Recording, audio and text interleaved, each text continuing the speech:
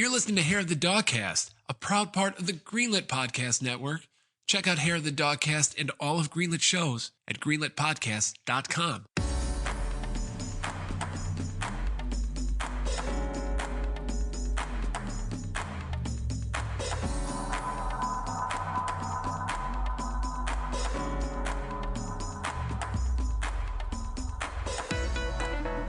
Hey everybody, welcome to episode 90 of Hair of the Dogcast, a very special episode coming straight to you from Hyrule. My name is Tom. I'm your host this evening.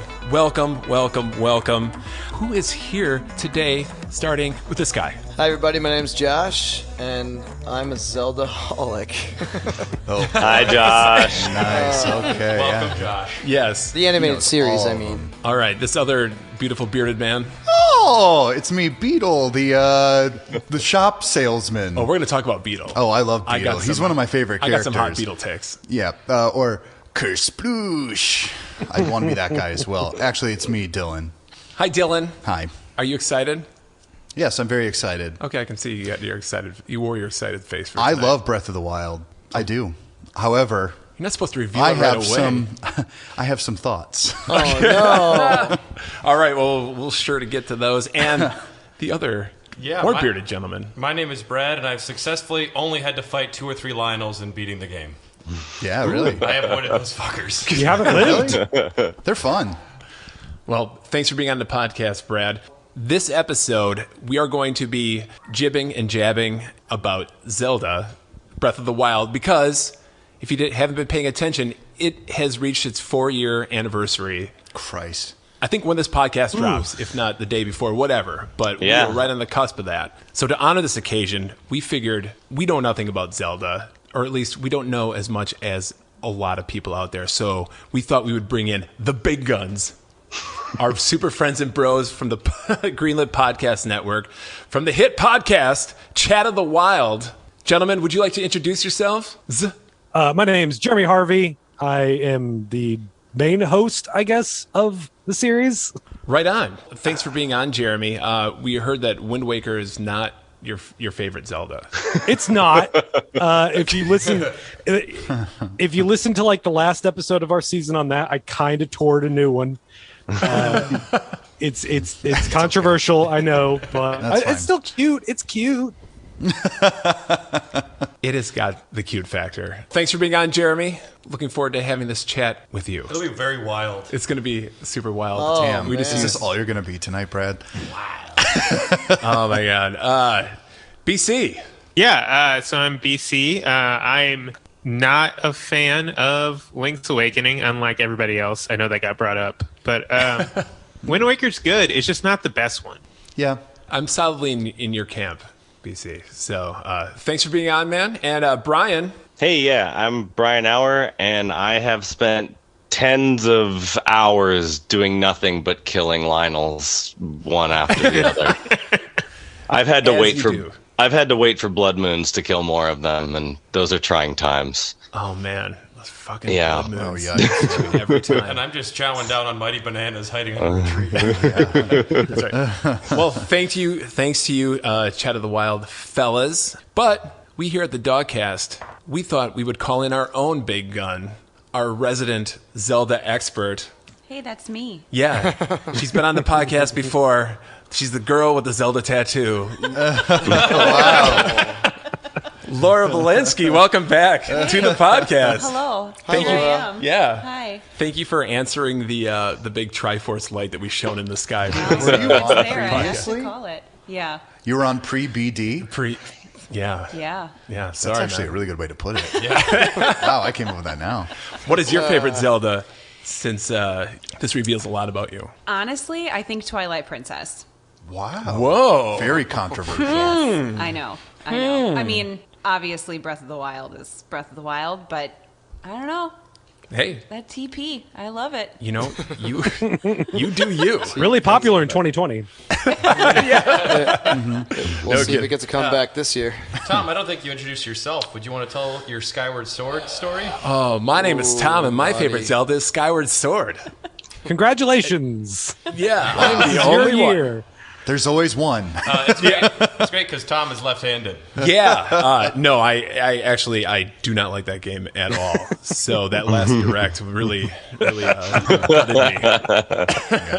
Wow. Well, I hear they have options for your people. For my yes, I've told the story on the podcast before, but I was really excited when they announced this game when they announced Skyward Sword because I'm left-handed, and I figured, well, maybe they'll keep Link left-handed. This is going to be my game, and no, they didn't. They did the whole switcheroo thing, made him right-handed. Haven't really gone back. Yeah. Since Twilight Princess. As a lefty myself, I noticed that. I noticed that they left us behind when they switched over for Wow. the. That's pretty good. And it's pretty sinister. That's the true split in the timeline.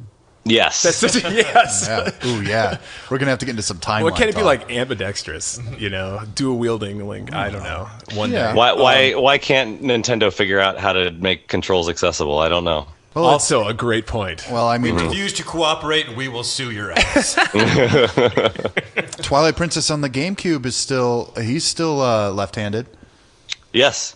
Yeah. And you could do both on the Wii U. Oh yeah, okay. All right. Well, we are about to get into it. But if you didn't know, Hair of the Dogcast is a podcast about video games and beer and video games. And this episode of the Dogcast is brought to you by executive producers Tyler Keller, Kay Conti, Brian Ward, Allison Smith, and welcome to new executive producer Kip.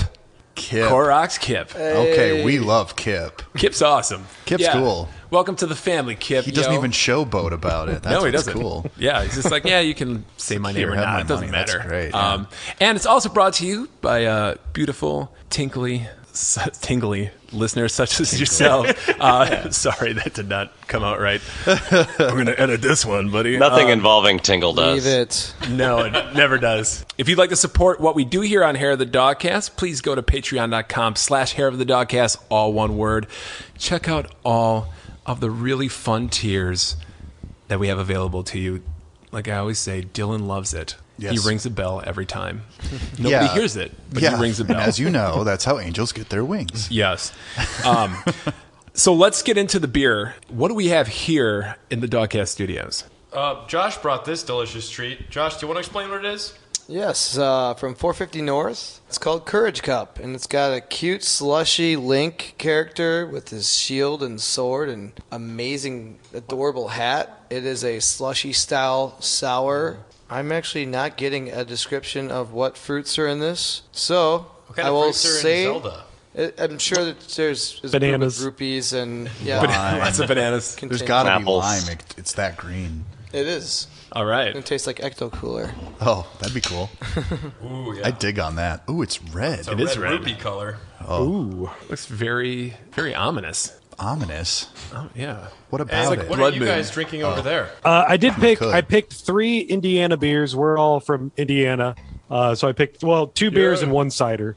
Right now I'm drinking Quafon's Common Necessity. Quafon they've been big on like the south side of Indianapolis for a while, and they're starting to blow up throughout Indiana. Yeah. It is a hazelnut coffee stout, and it's delicious.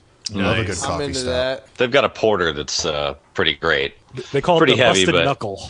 Yeah. They actually have like a tap room in my neighborhood, and the entire like tap room is above a pizza parlor, and it's Fallout themed.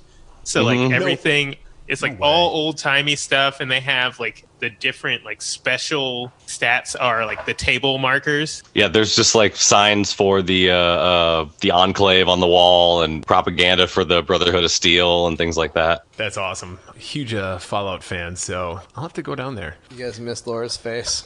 What happened? She can't do sours. Oh, Laura. Watch the next Same. Okay. Not Yeah, a true fan. It's all good. neither can I. I'm trying because I gotta try. It's Zelda. Ooh.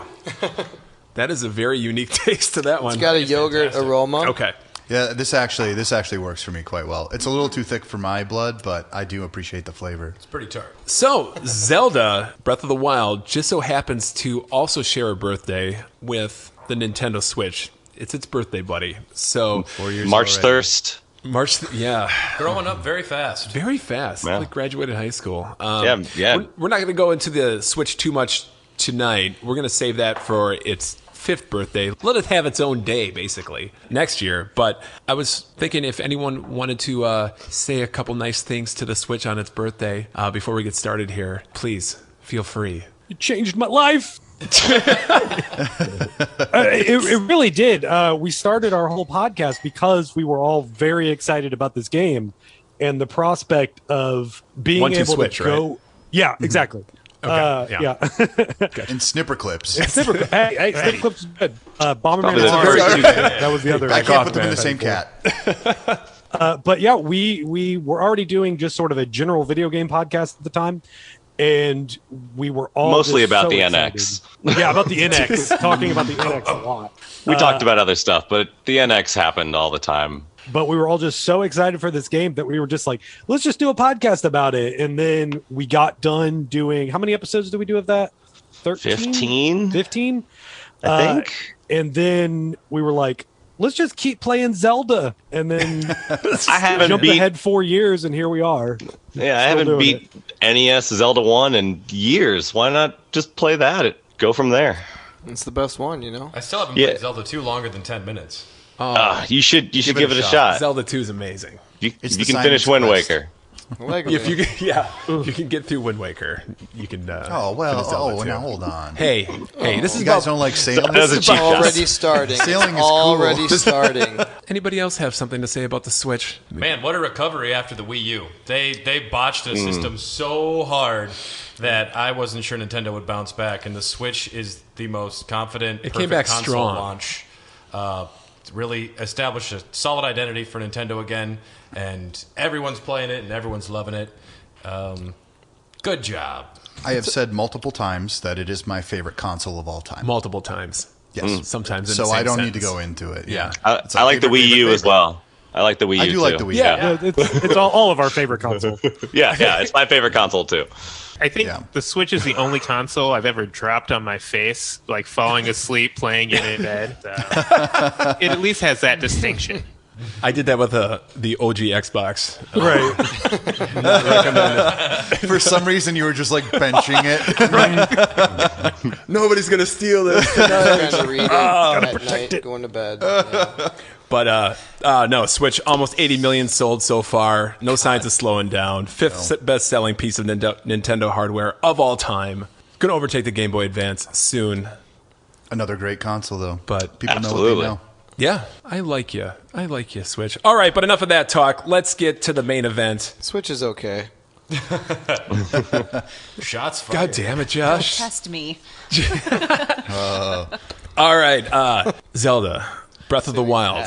Supposedly it's a Zelda game, right? Supposedly. That's the rumor on the street. Originally announced in 2013 for the Wii U, the game was delayed multiple times and finally saw release on March 3rd, 2017 on the Switch and the Wii U. Has anybody played this game on the Wii U? I did. Yes. My first playthrough. On the Wii U? Wow. I've heard it still plays fantastic. It was beautiful. Yeah. Yeah, it was I great. miss a map. I would love a little map Yeah. right at the bottom there. That's Yeah. cool. I would Yeah. I would have loved all of the functions that they would have had if it was only a Wii U thing. I'm glad we got the Switch out of all of this. But it sounded like, when they were really early on showing it off, it was going to have a lot of that like back and forth that the Wii U was good at, if anything, that it was good at. It's a shame that they don't have that Switch with the Wii U functionality. Like, I wish you could use the Oh, Switch yes. in as it's docked, but also hold it as a separate thing too, As a controller as a itself. controller, because there's the functionality in some Wii U games is just so unique, and having the mini map there, or be able to you could just mix potions or something maybe on that, or food. Well, the Wii U was essentially just a Nintendo DS for the television in a lot of ways. So, and that's part of why I really liked it. I liked that multi-form functionality where you can play so many different styles and ways. That's why I thought it was killer. They just really suck at explaining what their own thing is. So, Well, and then Or there's naming the things. There's just that one sound effect and the controller clicking in. Everyone's like, I fucking get it. it's like, Right. I'm playing this shit on a rooftop party, man. Yeah, I'm going to my Yeah. friend's rooftop party to go play tennis with them. So back to the Wii U version, Laura. So you finished it on the Wii U and you played it through on the Switch. Yes. Is there one version that you preferred more? I mean, was it better playing on the Wii U versus the Switch, or vice versa?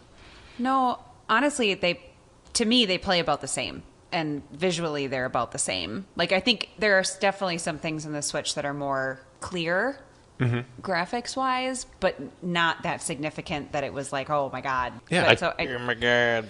I think outside of loading times, which were probably worse on the Wii U, a lot of the like frame rate issues and even the resolution was about comparable to like what the Switch was doing. BC, you said you played on the Wii U as well. Would you agree that they play pretty much the same? This is the point where I realized that I never played it on my Switch because at the time I didn't have a Switch, so I just played it on Wii U. And I remember like my roommate actually bought it because he was stoked on it, so I didn't even have to go out and get it. But I think probably the difference would be like at that time I had a Pro controller for my Wii U, and like imagining playing that game on just like with the Fisher Price controller. the Fisher Price controller. Oh, those sticks, man. Yeah, the Wiimotes, like I can't imagine. Like I have decent sized hands, so any action game like on the Wiimotes is painful. So I think that would probably be the dividing gameplay thing at the beginning. It's just that I had bigger controllers for the Wii U. So I don't know, Bayonetta 2, I could pull off some combos on that thing. Well, and Dylan, don't you prefer to always use the Joy-Con controllers when you play with your Switch? I'm a Joy-Con boy. I think that half of these games are designed with these in mind specifically. You mean not connected, just kind of like laying down? I do. Just Al like, Bundy style? I'm controversially for myself. I don't know if you guys play Smash ever, but Yeah. when Brawl came out, I would literally just sit like this, and I would just be doing it like that.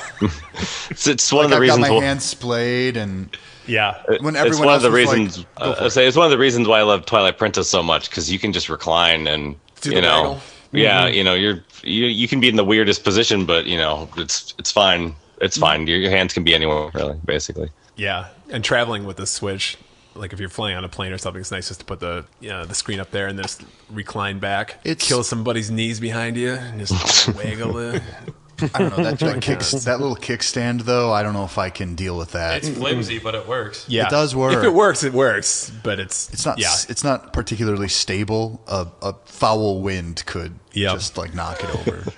All right. Well, I will get the party started here with the first question, and it kind of deals with the Switch, and that is, how important do you guys think Breath of the Wild was for the launch of the Nintendo Switch? Well, it's huge. And moving on. All right. Well, I mean, it's the same reason the Wii was so popular. If Twilight Princess hadn't come out with the Wii as a system, I don't think it would have nearly had the numbers, because people who are kind of more, God, I hate to say, hardcore gamers, like quote unquote Monster energy drinkers. Yeah, exactly. If there wasn't something like a real killer app to any of these things, if it was just like party games, a lot of people would have not thought about it offhand. Bombermen are not good enough for you. Well, or like Red Steel, or what else was on there? Well, Excite Truck. Excite Truck came out. Was that a launch? Yes. Yeah, because maybe not. I think when I traded in Red Steel, I got Excite Truck. Excite Truck was pretty good. So Elebits was fun. Elebit, yeah. Does anyone remember Elebits? I remember the name. the fact that you have to ask if anyone remembers Elebits tells you everything you know. Need Hey, to know I about have to Elebits. say, does anybody remember a lot of games? Okay, like that doesn't mean they're bad. When they had the announcement for Breath of the Wild, where they showed like an hour's worth of gameplay in the world, was that being shown as a Switch game, or is that a Wii U announcement? That was when it was on the Wii U. was Wii still. U. Okay, because then they realized, why would we release the most beautiful game ever on a dying console? Yeah. Because the whole Sheikah slate, just the whole concept was basically supposed to be a Wii U pad. Yeah. You know. Well, yeah, the original stuff that you saw of it, and it did carry over, and it's one of my favorite parts of Breath of the Wild, is it's very heavy on cartography. And the original, there was a gameplay with, who was it? It was Miyamoto, and was it Aonuma was on there with them? I think. Yeah. Was it on? They were playing together? They were playing together, and they were showing on the gamepad, just had like a old weathered map on there that you could look at, and they were very clearly trying to make it where Right. They didn't want you to constantly be like going to a different screen to see where you are on the map, but actually to like read a real map like we used to do before everything was done on our smartphones, where you just plug it in. Not trying to sound like an old man. I love using my smartphone for all that stuff. But back then, you had to actually have a map out and you had to know how to read roads and everything. And that was clearly going to be a big part of this game. And I feel like it kind of got lost, but with the end product, only because you did have to switch screens. Yeah. Well, I think that the Breath of the Wild is a really beautiful UI because it doesn't show you anything you don't need. It is just the world you're looking at most of the time. It is gorgeous. Absolutely. Well, the world itself, made partially with Monolith Soft, who is famous for the Xenoblade Chronicles series. Great game. The design philosophy of the world itself, I think, is maybe its biggest draw, where there's always something around every corner. What do they call it? The triangle theory, where there's always two things new that you can see at every time. So you're making a choice between them. Am I correct on that? Because I remember that being I can't remember the exact terminology, but it's that idea. Yeah, I think the world itself, just how they were able to make it full of meaningfully dense things instead of just frivolous crap that Ubisoft tends to throw out there. Yeah. That's always what amazes me most, because Catch this random feather. Find all the treasure chests. It's We don't like, need to talk about cool Korok feather. seeds, Find though, Ben I guess. Franklin's teeth. well, Well, I mean, Korok seeds are fun still, because they're Yeah. their own mini puzzles Are they? without any loading. Yeah, they are. They're Cute. They're cute. Laura, Yeah. do you like the Korok seeds? The first 700. 20 Yeah. They're fun until then they're really not fun. Well, the shrines, sounds like you have the a shrines can be that way too. After you only have 5 more shrines left to find, and that little thing in the corner is not going off anymore, and Right. and it's infuriating. And they're all too tested much water and strength. you drown, I guess. Yeah. Yeah. I mean, but the Koroks are like a chief part of like what Ayanuma always brings is he wants puzzles to make the player feel smart. And so if there's just 900 puzzles around that just do nothing but make you feel really smart when you come across them, like it's still worth it to like, Is it okay to make you feel smart if you hate yourself at the end of it? Did you get all of them? I got like 12 of them. Has anybody? Oh. Have you guys got them Oh, all? absolutely. Oh dear Lord, no. Why would you do that to yourself? Well, I think it's really great that they're very optional. Like, Why would I do it to it's myself? more endgame fun. It's kind of just endgame fun for people that want to keep playing the game. If they want to keep going, Yeah. even people that have 100% got everything, they could still just find new ways to play or explore the world. And Well, it's just dicking around on the master cycle. I felt so stupid. I didn't discover the surfing mechanic until way too Really, late. the shield surfing? Yeah, I I felt didn't either. very I'm with dumb. you. Yeah. I was like, I Yeah, could and have if been fucking cool borders this entire time. You're talking about going down the mountain. Yeah. Snowboarding. Do the or cloud just strife like snowboard. any speed run these days, like doing the first 4 shrines on the Great Plateau uses a lot of surfing in really weird tiny spots. Like Yeah. you turn that on, and you're like, oh, I'm doing it wrong, aren't I? Oh crap. I watched the speed run today. I've been to Games Done Quick once. I'm a huge fan of speed running, and the Breath of the Wild one is so bonkers. Yeah. Because the game is designed, if you want, go to Gannon, and it's very unique in being a game that's so open, and the more you want to play before you finish it, you can.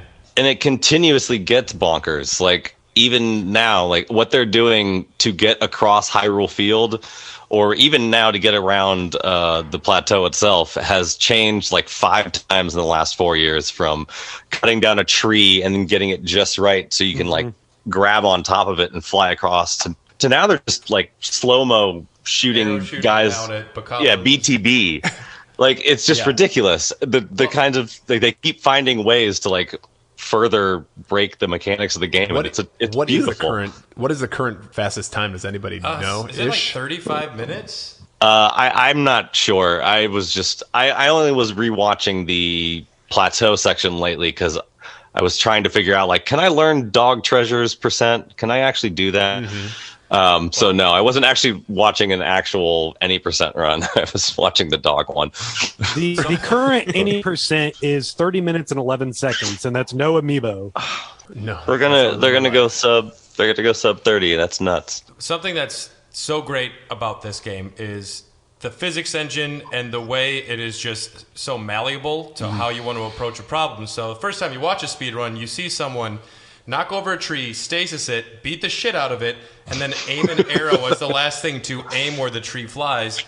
And it just makes sense to you if you play the game. Like, I get everything that just happened. Yeah. And it's just so great watching weirder players figure out ways to fuck with the physics. Like, I saw a guy attach balloons to a raft and like make a little airship, Yeah. and then get shot down by bokoblins immediately. Well, that was a great shift with this game where you just have all these different systems, like you said, interacting with each other, with the physics, the weather, the AI, the power-ups and whatnot. Does any moment stand out to you guys, or is there like any indelible moment that you remember seeing, like, holy shit, I can't believe I was able to pull that off just by, manipulating the environment or Constantly scaling an obstacle? I mean, that was like just one moment to the next in that game is like when you're trying, like, especially when you're out there on like opening weekend cramming through this game, like as fast as like, like I set aside a bunch of time and I had 3 days off and was just like, this is what I'm going to do for a while. But yeah, like just the idea of like getting off the Great Plateau and then using magnesis because I saw a big metal slab door and realized like, let's pick that up and see if I can. That was like the one that was in the shrine. I can just use this as a weapon. So I ran around for probably about 30 minutes at the beginning. Just my only weapon to kill things was me swinging around a giant heavy metal door. And I was like, this game is amazing. I can just At least it has do whatever I want. Yeah. It didn't break. Yeah, it doesn't Yeah, break. and that didn't break at all. How about anybody else? Anybody remember a specific moment? I think when I first started playing it, I had something in my head because I didn't really read any of the reviews because I didn't want to get spoiled on this at all whatsoever. I had been waiting long enough to play a new Legend of Zelda game that wasn't even like just a top-down thing. Love you, Link Between Worlds. And I immediately was just like, oh, this is like barely a Zelda game. That was my first thought. I'm like, oh, they completely flipped the cup on its head. The water's spilling out, but you can still lick it up. It's pretty good. I have said several times. Great analogy. Still look it up. Cover the box. IGN. And- Do you like the music? I think the music is maybe the best part. I think, Okay. Because there's a lot of people that are like, well, it doesn't have the, it's not exciting like Zelda music. And First I'm of like, all- no, come on, it's great. Cass is my favorite Legend of Zelda character. I play the accordion myself. Well, so okay, Nice. there you go. Yeah. He's become very special to I'm me a over bit of an time. auteur. No, but it's really nice the way you Weird travel Al through or this John Linnell? That's Weird Al. both. Weird Al for Both. weird Okay, YouTube alright. guys. Yeah. Okay. That's like Sophie's choice. Accordions. So I guess I'd go with Weird Al. I don't know. Okay. All right. Bold choice. they might be giant. My Subtlety. first time having like that moment was when I was trying to climb a tower and there was ice all blocking around the base and I had a fire sword in there. I'm like, I bet I could melt it. And it melted it. And I was like, I'm so smart. Yes. Fire. I just like wanted to call my mom ice. and be like, Mom, yep, I did it. And it's just such a brilliant part of the game. Laura, do you have any fond I was memories? just trying to think, and I think I was just so blown away when I first started playing it that I just honestly my mind was blown. I'm like, this is the coolest thing.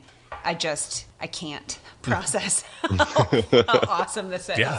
Well, and the first moment you leave a the sandbox. plateau and your brain just kind of breaks a little bit because Yeah. you realize you were on a tiny part of the map. Yeah. Like, oh, crud. I remember going to myself, I was kind of like, oh, fuck. But I was like, oh, fuck. Yeah.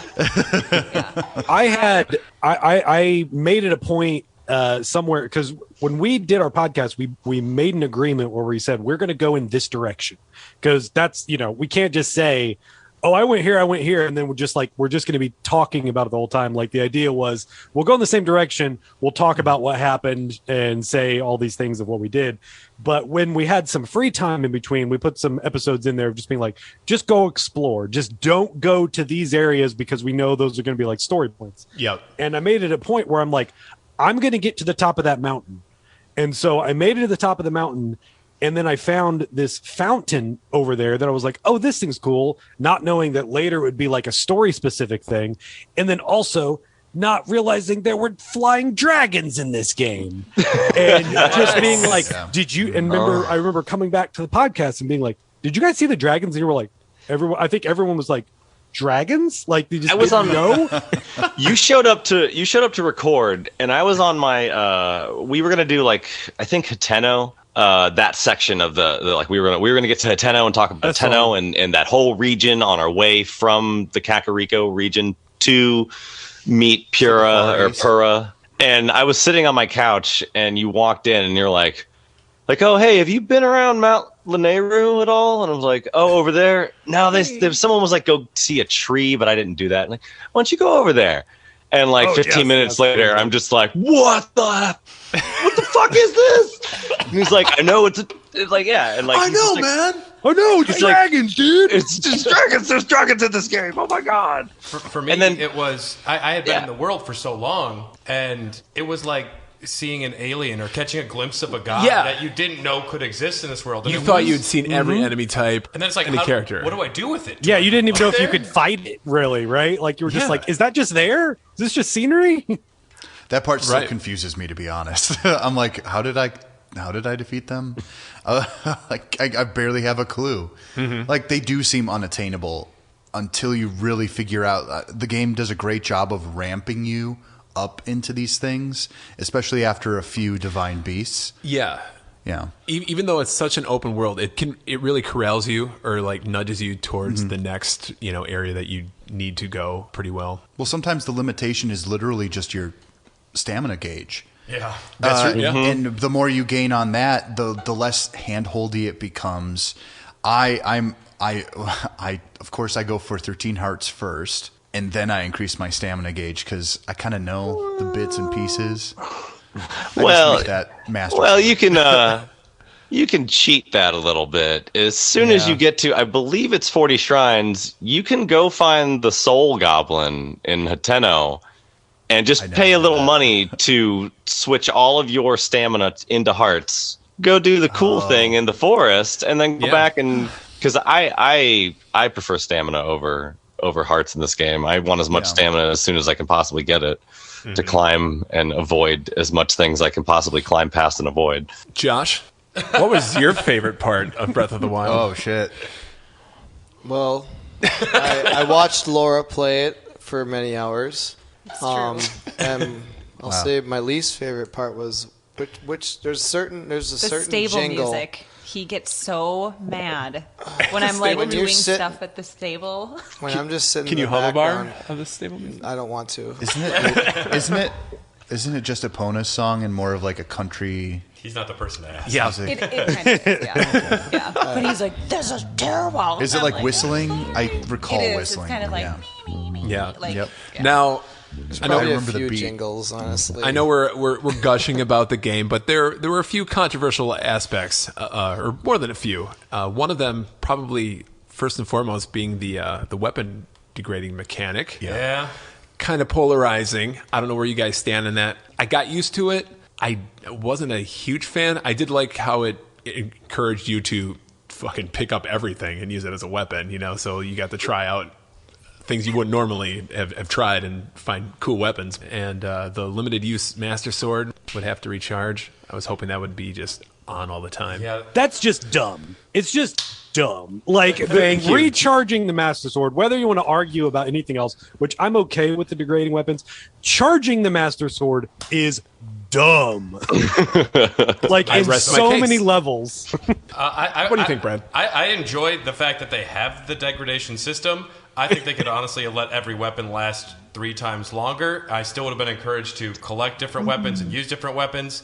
But there's also a lot of beautiful moments of mad scramble where, shit, I got a leaf and a bad axe. What do I do here? You can get away with a leaf. You can disrupt animations of bad guys and stuff. If if you need to run, then it can be off of the mountain. Yeah. It's also just funny if you run up to say you're going to fight a single Bokoblin and you pull out this claymore and then instead of just swinging it, you just chuck it at his head. Like you just run up to him and be like, oh, here we go. And then just chuck it right at his head. You see the whole thing explode and he flies back and it's like, that just feels awesome. It's cool. I think I agree with Brad. I think the durability could have been at least twice as long, because then it actually breaks your immersion, is what I would say, because there is a way that things actually degrade. Like a sword would eventually break down. I've swung the sword 30 times. It's useless. Yeah. And it's like, what kind of asshole blacksmith made this? Did he buy it from a mall kiosk? Like, Right. Yeah. This sword's not American. Exactly. This is a master sword from Zelda. That's right. From Aldi. Yeah. I think it also, going back to what was the 2 points that you're always talking about, or at least they're always talking about, where it creates another decision for you to have to make, where you can look at how many weapons you have. I'm okay with them degrading and maybe a little more durable, but it creates a choice where you have to make, where is it worth it to go mess with those guys just to maybe get some seared meat, or maybe they've got a chest over there, or am I going to break more weapons than I'm going to get from them? And are they going to be good weapons that I'm going to get from them? Or should I just kind of maybe let them slide for now, and I'll just keep going on my way? And so I like that there are unlimited possibilities in this game almost, but then you're also limited to, like, I still have to live. Like, it's not eventually it becomes a power fantasy where you're completely just stacked and nothing can touch you. But like, it takes a long time to get there, and I like that slow process of, especially the first time through, figuring out the world and getting there. Yeah, it does lend itself to exploration and trial and error a little bit. I wouldn't want to see it completely torn out, but I would agree. If they could have just made the degradation last a little bit longer, Even 50% longer. Think of every game that as soon as you get this one weapon, that's it. I'm doing the Final Fantasy VII remake again. I'm like, I do change my weapons a little bit there, but like almost every game, you get to that one weapon, it's like, that's it. This is my play style forever. Right.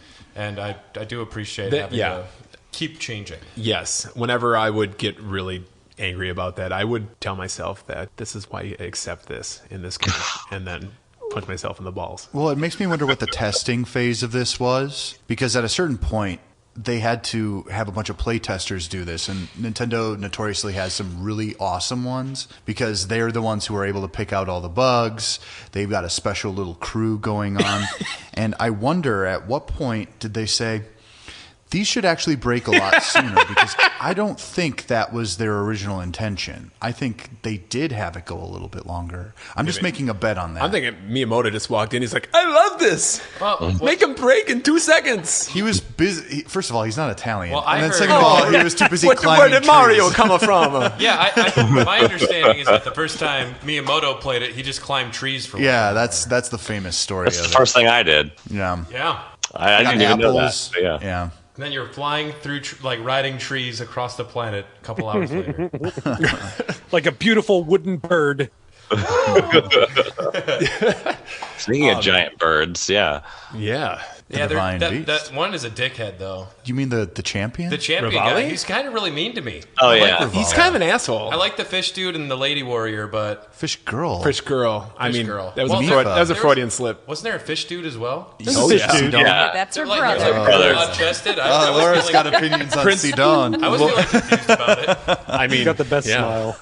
We all have Yeah. a Kinsey scale. That's what they say. What happened when what happened when the And the Volcano Boys. I like the Volcano Boys. the Goron? I love the Goron, yeah. Volcano Boys, yeah. Them big old Right, volcano boys. You've played a Legend of Zelda. No, I remember when they just used to be ugly fish people. I mean, you remember in Ocarina of Time, the king was literally just the fattest, dumbest looking thing you've ever seen in your life. Then they saw Shape of Water. And, I don't know about ugly. Rudo was hot. I don't know. That's just me. Whatever. Grinding Nemo. Oh boy! Yikes!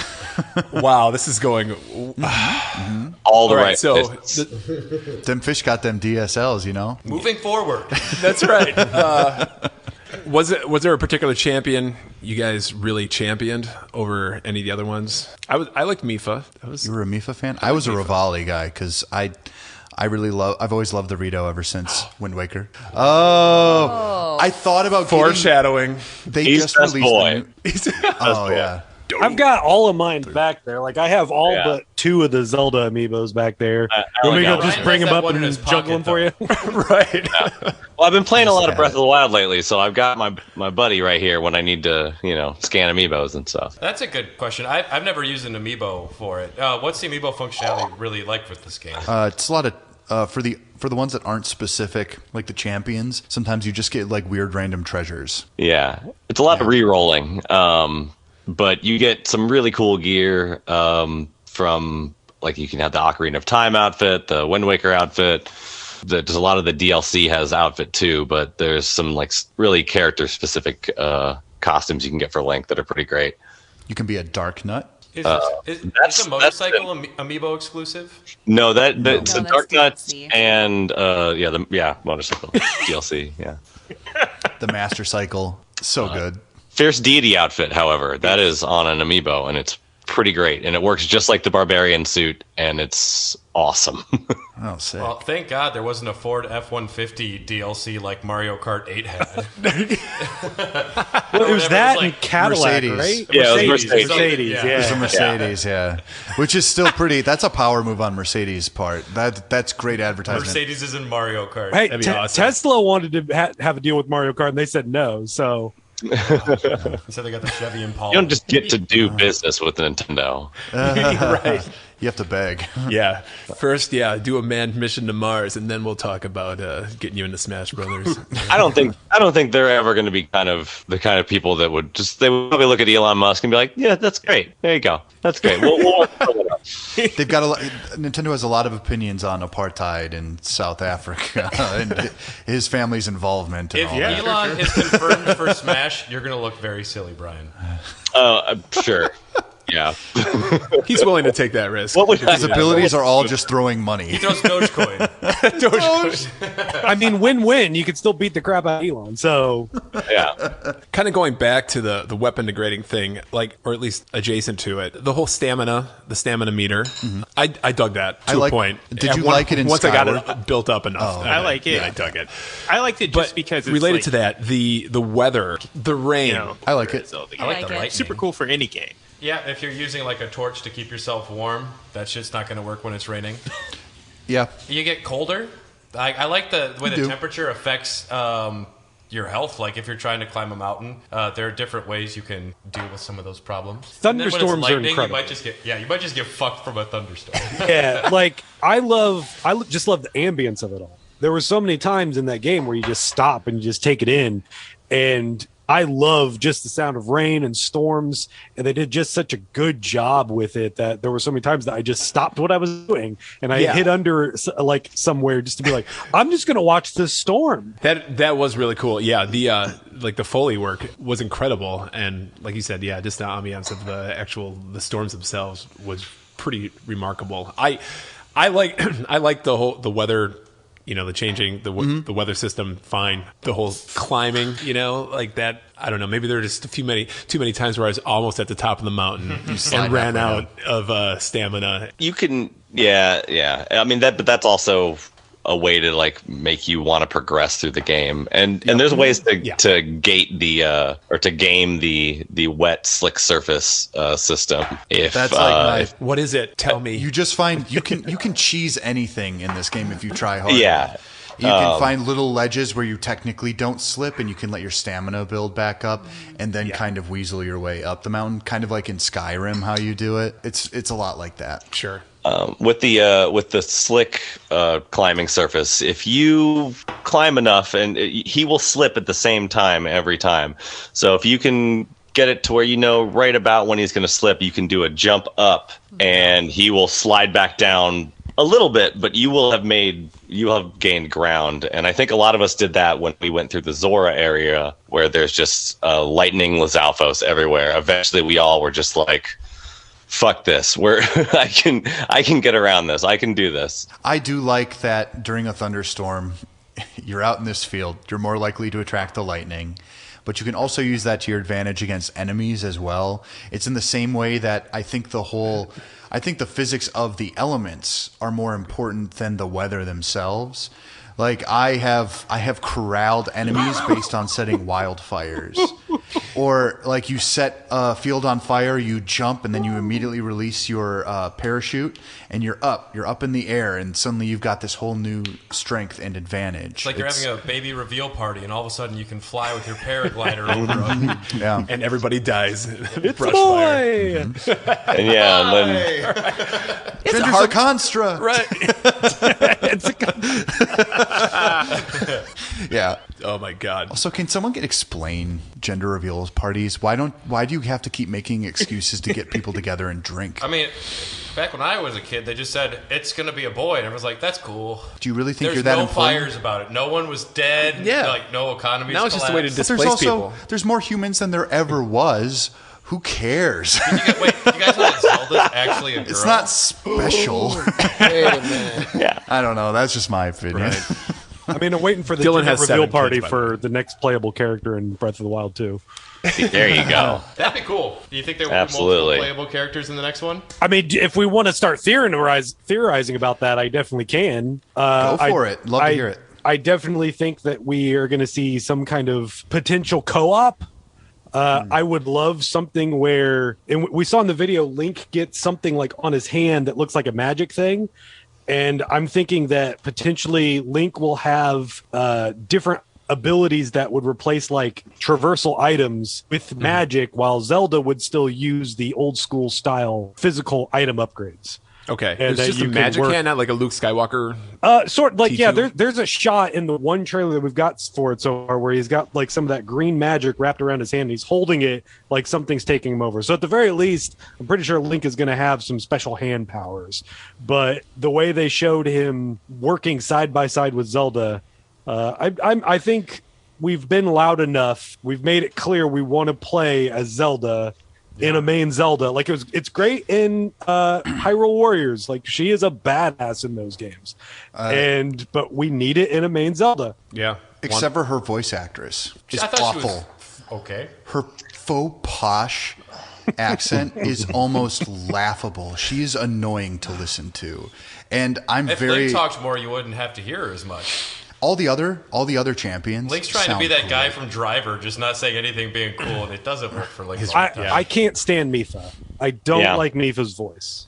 I agree. Thank you.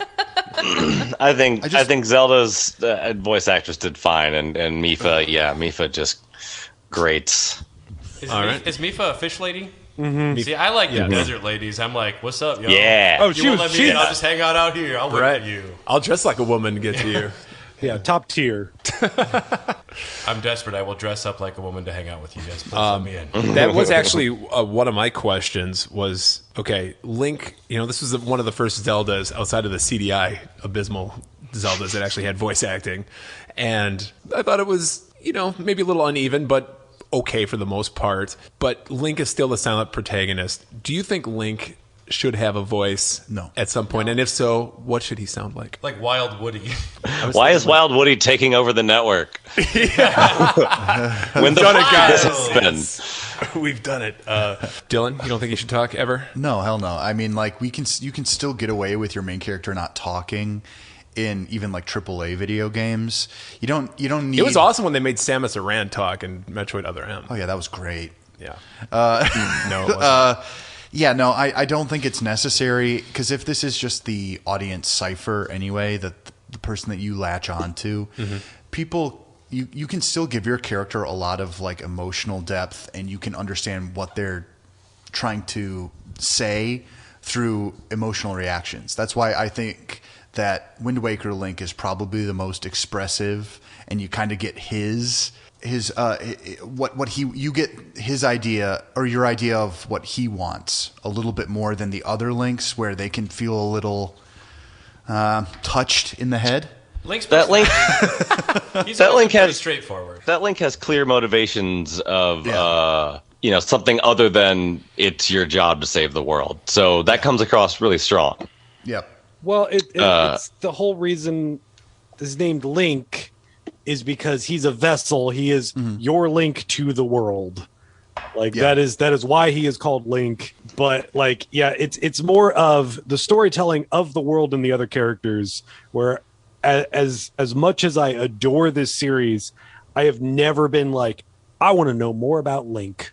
Like, it's always just been like, no, I want to know about the history of all these different like races and everything. I want to know like where they, all the things that they turn into eventually. I love when technology gets brought into it, just because that's like evolution of all of these things. But he's just a dude that you're there to interact with this world, Yeah, Link talking in this game wouldn't have necessarily made anything about the story better. I think what would have made it better is having like characters with better motivations, or like you can tell they spend a lot of time on the Zora story. It's the one they want you to go to first. They kind of lead you to it. But where those people all care about Mipha, cared about Mipha, they miss her, they loved her, they're still upset about, they still feel betrayed about that.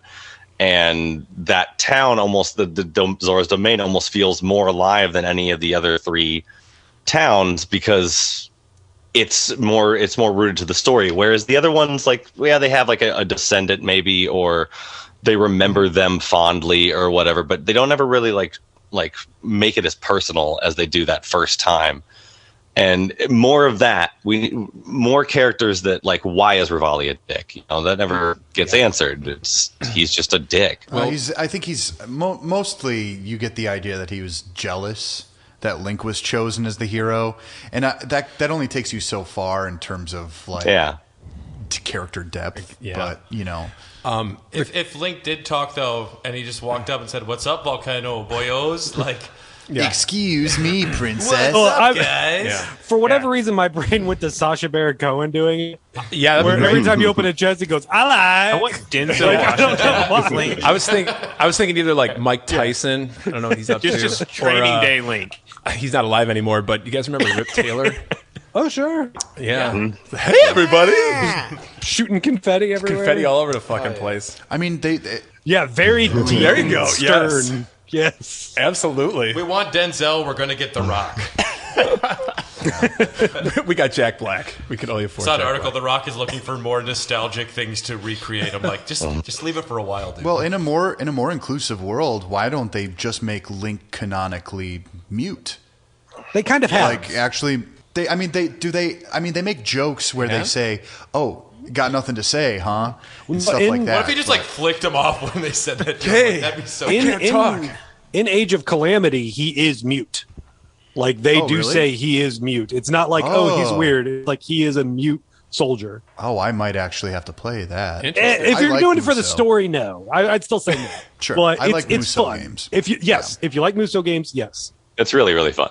Sticking with the whole story vein, how do you guys feel about the way the story was structured or not structured in Breath of the Wild? Getting away from the traditional linear storytelling of previous games and then going to this new system where you have to seek out the story beats and basically build the story yourself, like a Tarantino movie out of sequence.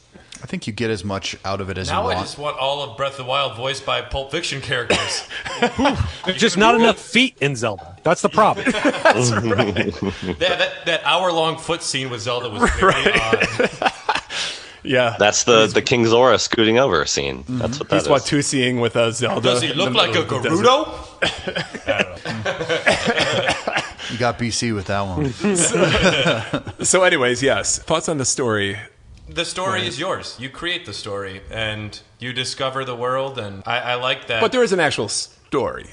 Well, there is a giant calamity that's infecting everything with its purple goo, and you need to discover what happened 100 years ago. Yeah.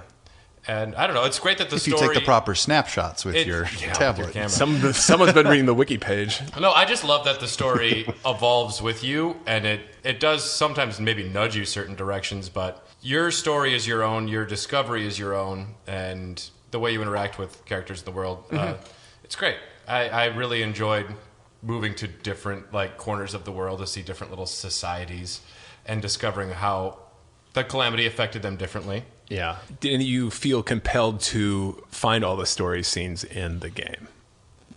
I mean, I found them all because...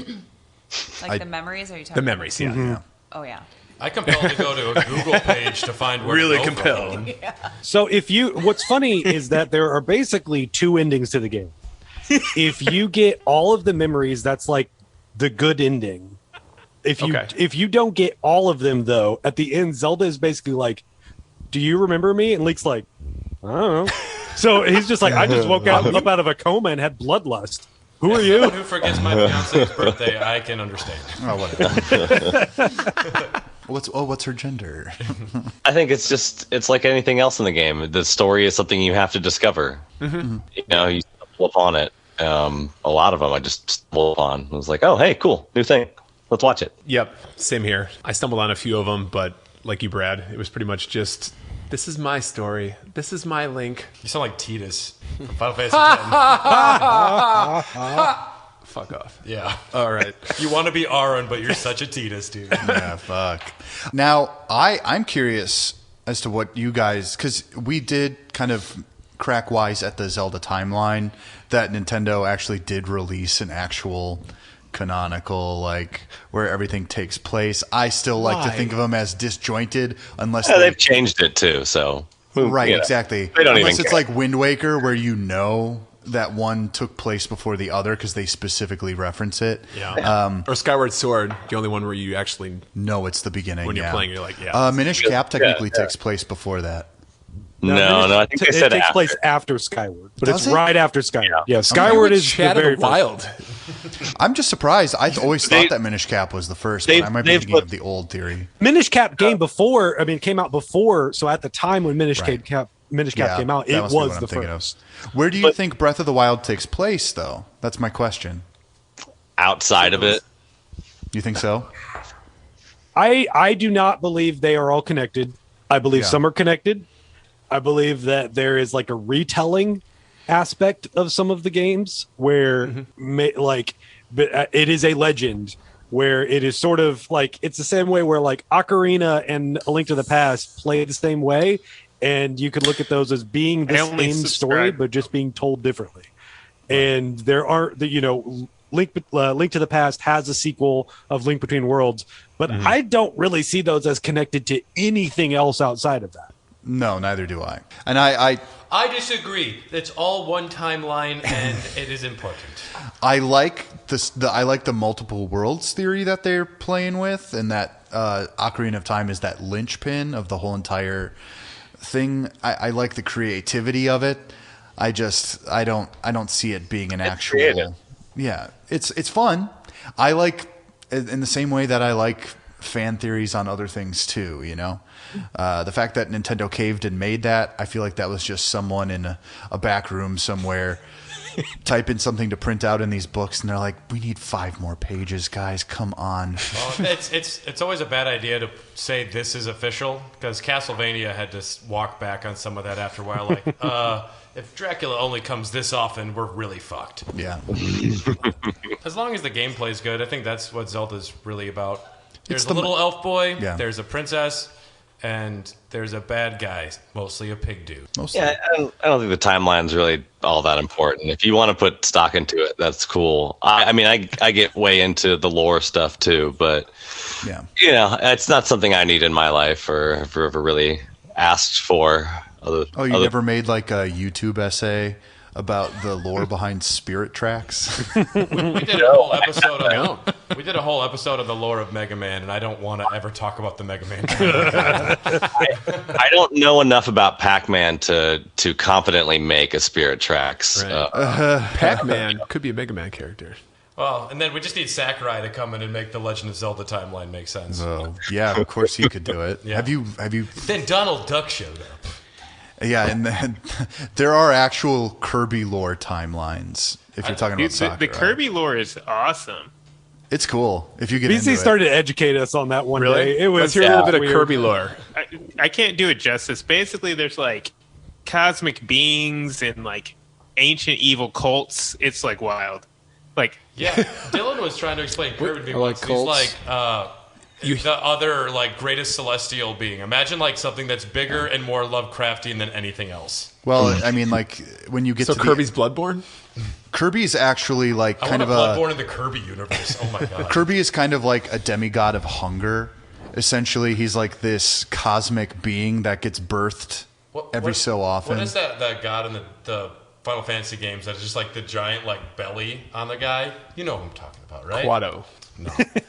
Yeah, but which Final there's Fantasy? like a God of Hunger. There's one in Diablo as well. Like I don't know if it was Baal or whatever, Belial maybe. I think it just might like be the Belial. God of Hunger is great. That Kirby is a lovable pink ball. Oh, yeah. Well, I mean, when he sucks people in, he can either like transform them into dark matter or copy and reabsorb them. So Let's ask our Kirby specialist, Josh. Josh, He's sitting here like, you guys got it all wrong. he's just reading a newspaper. Kirby? Yeah. What's I was the? reading the Kirby Times. Jack Kirby. Are you What's up on new the in Kirby? the Jack Kirby's based on Kirby. Kirby's- What? Jack origin Kirby. story? Yeah, the cute bubblegum eating machine, right? Bubblegum, I guess. Not wrong. He does eat bubblegum as well. I guess I've never seen that. Macho Man Randy Savage was chewing bubblegum one day, and ooh yeah, he just spits it out, and out comes this creature, and Oh. but he gets hit by a car, and there's like this radioactive substance that falls out of the car, and Oh, Now so I you're need just Macho, making Ninja Turtles? Now I need Macho Man as a Smash character, Daredevil. just so I can see Kirby with like little tassels and a cowboy hat. Oh my god! I want All right, that so, more hey, than anything in the whole world. they need to make Kirby sexy. Yeah, You're Make getting Kirby sexy again. you're getting Wario in Mario the new golf game. yeah. And that's sexy In golf, enough yeah. for Oh, he anyone. looks so good. Retrograde Amnesia is a comprehensive podcast about classic Japanese RPGs. Each season, we cover a single game, chapter by chapter, beat by beat. Season 1 covers Xenogears. Season 2 covers Chrono Cross. Each episode, we play a section of the game and unpack the story, mechanics, music, and themes. Also, our post-production AI companion, the FakeNet, fills us in on the finer details we may have missed. Initializing FakeNet. Yes, they need me for everything. Find Retrograde Amnesia at greenlitpodcasts.com. Hi, we're Ellen, Steven, And Mark. hosts of Nice Games Club, the show where nice game devs talk gaming and game development. topics include programming, design, tools, and more. We also do interviews and 1 hour game jams. Listen to Nice Games Club wherever you get to your podcast. You get there. Or at nicegames.club. Previously in Zelda 2 on Chat of the Wild. Until you get to the elevator. Come on, I'm like, stay away from me and you and your little flamies. He just chases you. I'm like, down, run. I love that idea. It's like we have this whole grand adventure where we're building ourselves up, and every time we get into power, it's like, oh god, like just running through. That's Chat of the Wild, Wednesdays on the Greenlit Podcast Network. Oh my god. So, anyways, hey, this Breath of the Wild game, you know. bread. Yeah. So, did anybody become a better cook after playing this? I ate more bananas just because I needed more health. Did your food just have like a pornographic filter over the on top of it? I mean, I'm actually an okay cook, so I don't know. What do they call it when the food is a massive failure? Because that's just me cooking. Dubious. Yeah. Dubious. Dubious at best is my cooking. I can fuck up a frozen pizza.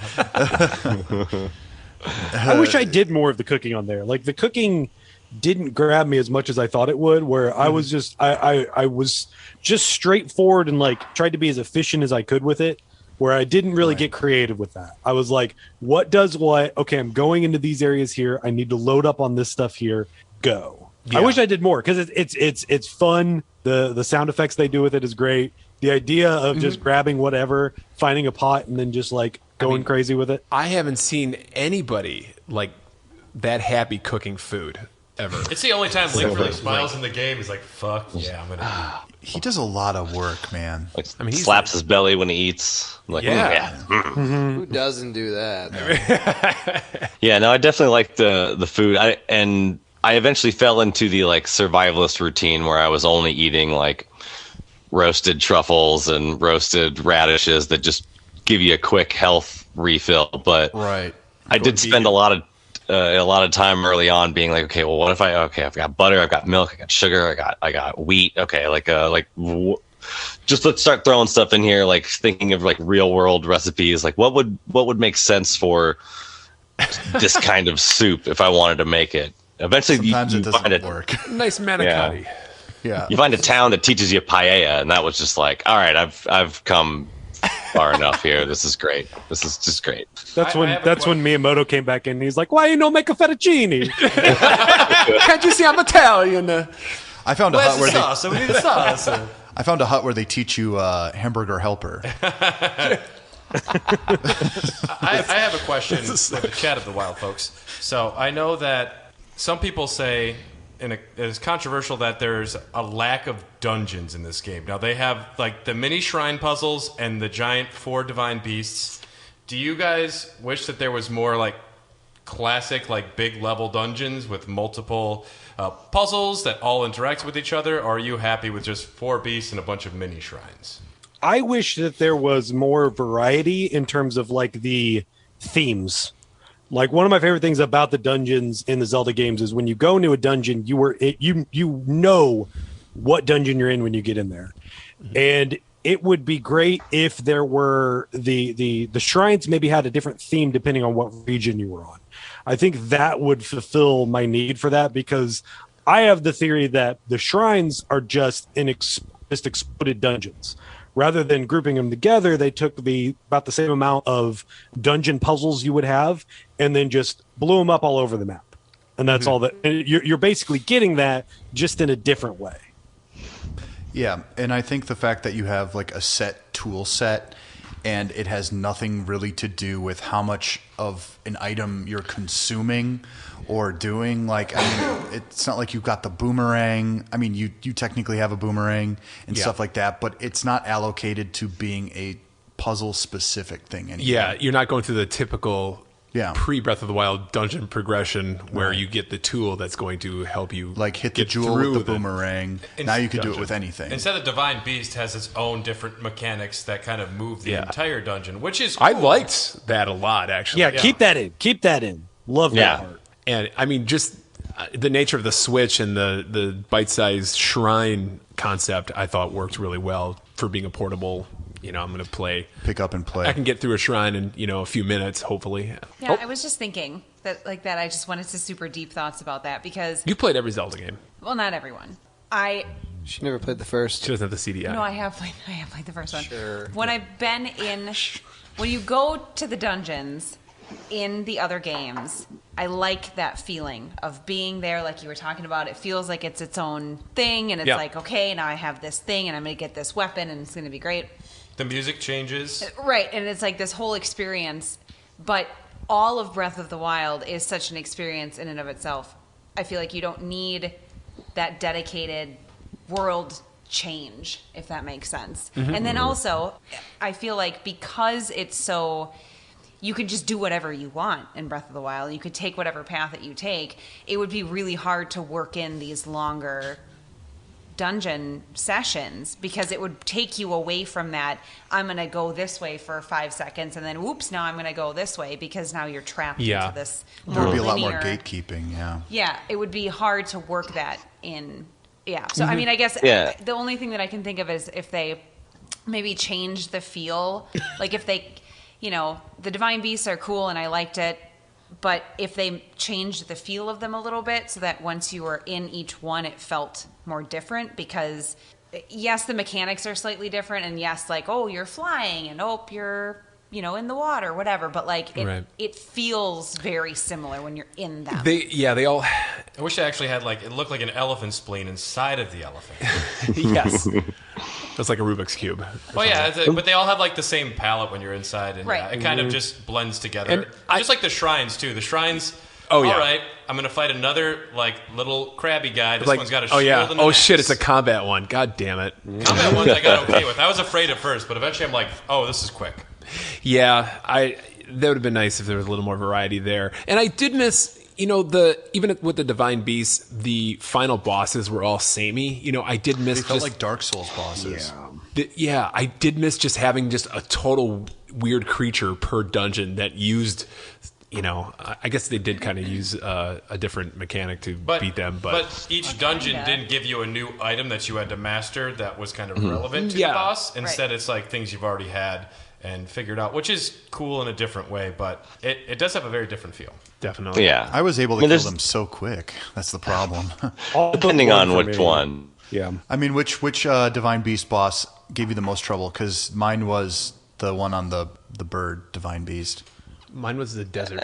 Yeah, mine was the desert too. The electric one, the way that he was able to bounce around, I couldn't. It took me forever. And it's funny because Lionels are tougher than every fucking boss. Yeah. Pardon my. How dare you? Yeah, I was still scared of I've never Lionels. seen you like this. I beat Gannon easily. I was like, I don't want to go fight another fucking Lionel though. But because I am a plebeian who didn't figure out their mechanics. This is before I was a Dark Souls Bloodborne fan. Yeah. I don't think I ever did. Was this your gateway? Was this your gateway into Dark Souls? No, my gateway was Dylan forced me to play Bloodborne for a New Year's resolution. Oh, wow, this is the best Souls-like. And now I'm obsessed with a higher level of gameplay. Well, I mean, I wouldn't consider it higher level. I just prefer stuff like that. No, yeah, Dark Souls is probably my favorite game of all time. The first one, just in a even though it hasn't aged perfectly, it's still just the peak for me. With the shrines, does anybody remember like a favorite? God, or one that stands out? There's so many. They're so the same though. That one where there was that puzzle and you had to use fire and then you use stasis. Bullshit. And then sometimes you had to use an ice. And then there was like a weird decrepit monk guy that gave you a power. So I hated the ones where you had to use stasis and then you had to make sure the sword was swinging a certain way so that you had to aim it. I hated those. Well, you always do the arrow last. Yeah. Yeah, but I was always just too lazy. I don't want to sound like I'm going harsh because I do like the shrines. I like the little micro bite-sized puzzles. I didn't think any were too difficult. I think the most difficult one was the one where like the two shrines are across from each other, and you had to like go to one to get the relevant points for the other. Oh, I forgot about that one. That one was cool. Oh, on the peaks? Yeah, that one was fun. Yeah, that was cool. Jeremy, BC, Brian, you guys have a... Eventide Island is technically a shrine. That's the best one. That's the best. That's great. Right. Yeah, it's the most interesting of all of them for sure. Mm-hmm. Pretty much distills it down. It's kind of like an early Trial of the Sword that way. When I first started playing the game, I, for whatever reason, decided that my Link was just going to stay naked. They showed me pants at the beginning, pants and a shirt, and I just looked at them and was like, I don't wear those. Those don't look cool. And I just stayed naked for probably about 60 hours and learned to died of hypothermia. Are you wearing pants? Well, you could find a fire rod or something, keep yourself warm, eat some cheese. But yeah, so getting back to Eventide Island or getting dumped there, I was like, oh, I know what's up. I can do this. This is cool. This is fine. Mm-hmm.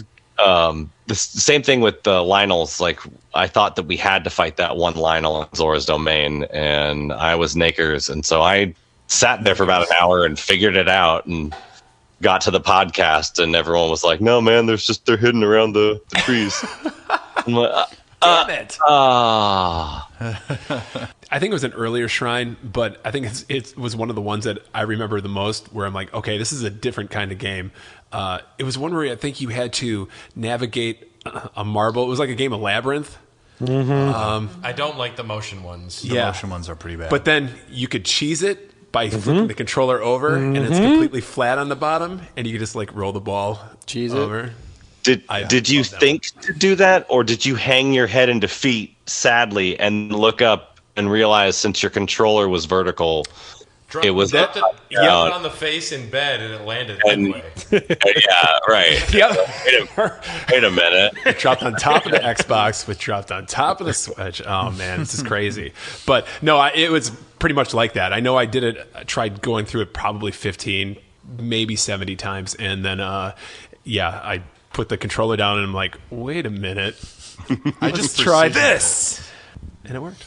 Well, that's another issue, is that clearly those weren't designed with the Switch in mind, because if you're playing in handheld and you're trying to do those, it's impossible. You literally have to detach the controllers, set it up, and then do it. Mm-hmm.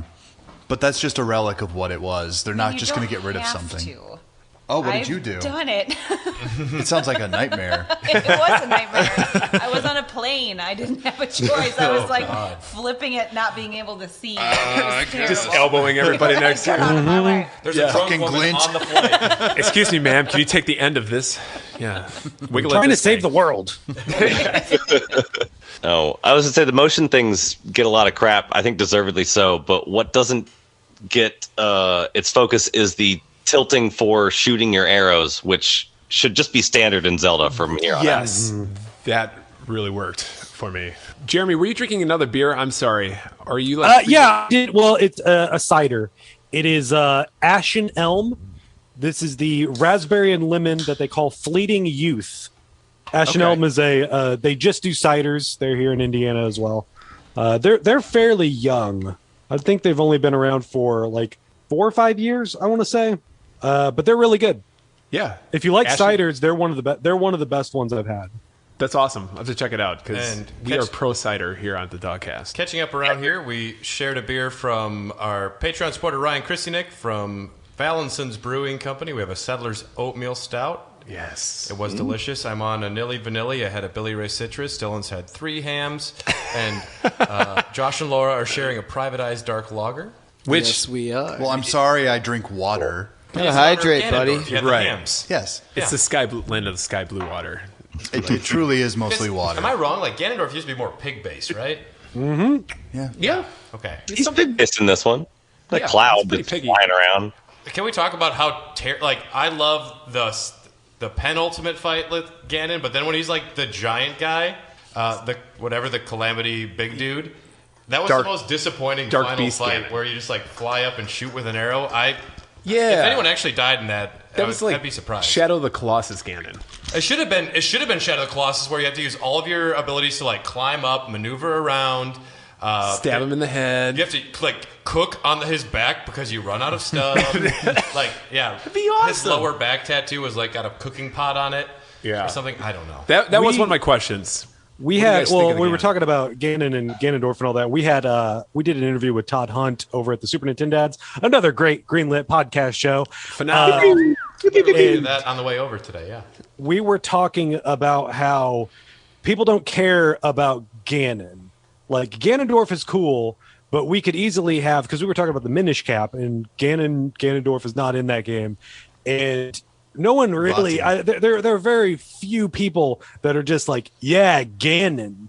Where you could do a Zelda game without this giant big pig beast thing. I think, and I think some of the better games don't have him in there. That's part. I think that's like Skyward Sword. True. I think the one time where I really appreciated his presence was Twilight Princess, because that was actually like a story twist. Yeah. If you were, it comes out of nowhere. Mm-hmm. Yeah, it's exactly. It's like, oh wow, of course you're here. Cool. All right. I liked. I forget what's the guy's name. It starts with a Z. Zant. Thank you. Oh. Yeah, I liked Zant fine, but when it was revealed that he was kind of just a puppet, I was like, okay, now the fight with Ganondorf actually makes a ton more sense. Like, I feel like the stakes have been raised, whereas in the other games, I'm like, well, I'm going to kill this fucker eventually. Whatever, who cares? I really like how they took the concept into Calamity Ganon.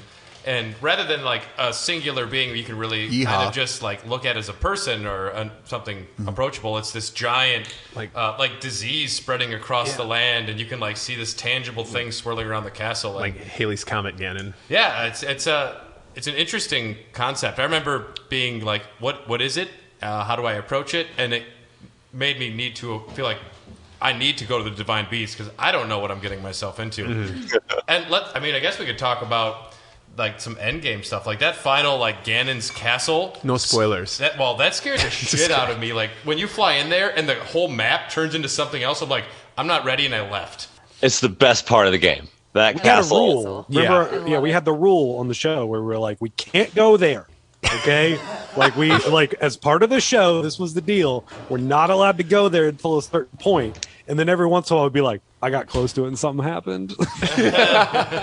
Oh, you're such a tease. Well, we got a picture, or we got a text from someone else who was joining us on the first season of them going into the castle, like while we were recording, and someone looks at their phone and they're like, oh man, I just saw this picture. Oh, come on, man. Yeah. Get out of here.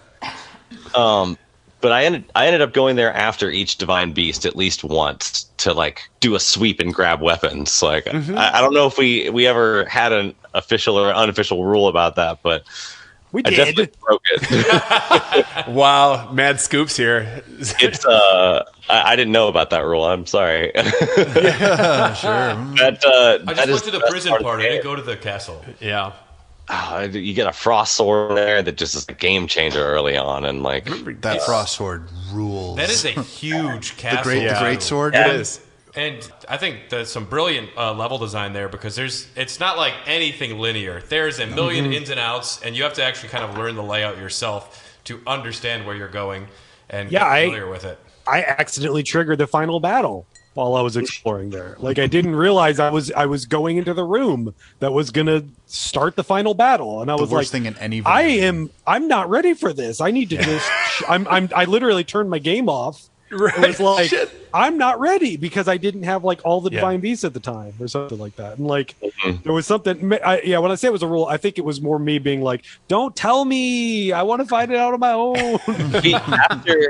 After we all found out that there were waterfalls on Hyrule Castle, we're like that was all he had to say. It was like, look, I'm not going to tell you anything other than there are waterfalls there, and we had just gotten the Zora suit, so. I think we all tried to go in, but Jeremy, I think you got scared off by the first cutscene when you approach Hyrule Castle. And you're just like, no, I got to go away. And we're like, no, come on, it's really good. It's really good. You should come in.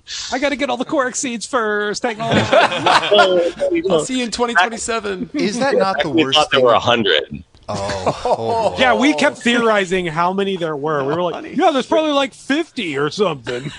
You can hear episode 2 is like us on March 3rd, 2017, just being like,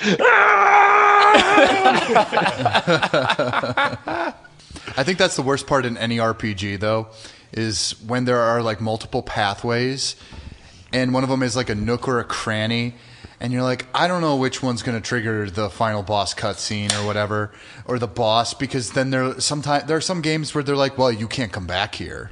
Well, and then we're not going to let you. And then you're like, this one looks smaller and less important. You go down that one, you're like, you get 10 minutes in, you're like, I chose the wrong fucking nook, I think. Exactly, yeah. Yeah. And then, yes, you accidentally beat the game in the end. I have done that accidentally on several occasions because I'm trying to play like mental gymnastics with the developer, even though they're not even taking part in it. It's just like, what would they want me to do? I'll do the opposite. Right. You fell for the classic blunder. Exactly. Yeah. I got an important question. What the fuck's up with Beetle? He's wonderful. Don't talk about Beetle like that. What? He's just trying to help you. I like the balls, Tom. I like the balls. Beetle Defense Squad symbol. Bring it. Bring it, Tom. What the hell? He only cares. Laura, can you explain what Beetle is? Because I'm confused. He's the shop guy. He's the. It's not He's winning got, like, me the Mo over Howard- here. He's like He's got in the Breath of haircut. the Wild. He's the guy who like waddles around with the big backpack, and he's like, cool. Okay, so some people don't like this guy. I like talking like that. I actively hate love Beetle. him. I mean, yeah, I don't. Oh, we're the only ones that like Beetle. oh no. I'm just. He's so happy. His little boat. He's creepy as Well, it fuck, sounds like man. these Like, guys I like don't know. Which iteration? Which iteration? all of Wind them. Waker. He's Wind getting Waker creepier Beetle. as he gets He's always polygons. different. He's getting creepier. He's always different. He's A just a little bit. dunder. So in Wind Waker, he's kind of I'm just saying, more of if a I saw him within dunderhead. 50 yards of a playground, I'd call the fucking cops. You can't call 50 yards of a playground. Like, what if You they're wouldn't just see walking this down guy. the street? Streets exist next to playgrounds. Well, if he's it's not got his like he's backpack looking on, at he the doesn't move children. fast. He sells All right. fireproof lizards for 25 rupees. It All sounds right, like a I will. nice guy. Okay, He so always has arrows. Always. guys, I apologize. I didn't mean to set take the it easy. the Beetle cart. He seems like that one friend who you were kind of like, yeah, I guess I'll I hang think he out got picked with on you. at school, maybe even at home. I Probably think- at home. Wind Waker Beetle is just that right, like, lovable amount of demented. Yeah. Because every time he sees you, he's just like, oh! He's like, He's this also- is like, He's well, he also runs a shot from pretending. a boat. Okay. I just looked up a picture always- of Beetle, and I'm getting like Death Stranding vibes from this guy. Oh, because of the big was- bag walking. Yeah. Okay. Sure. Kojima never copies. Hanging out in front of him is a flag with his face on it. That's cool. well, and then he's also in Skyward Sword, right, Jeremy? Like, Oh yeah. No, he's got this flying thing that's powered by him bicycling. That's It's really really great. funny because he's sweating all the time. He is. Forgot about him in Skyward But he's still Sword. got to sell, man. Got to sell. He's got That's right. He looks the same That's in right. Skyward Sword. Yeah, he's got like Yeah. more of one of those penis hairstyles. Yeah, it's just really. I don't know. All right. Well, we have a lot of. I'm sorry. I am the lone beetle dissenter. I just like good design work, and I like fun, goofy, demented characters. And He's I think memorable. he's Like and the like mailman Tingle. in Twilight. Can we, Princess. yes, yeah, him can we too. talk about The guy- Tingle then? Yes. Let's talk about Tingle. I have a Did we Tingle not tuner. talk about Tingle and say we did? Why? BC, not a Tingle guy.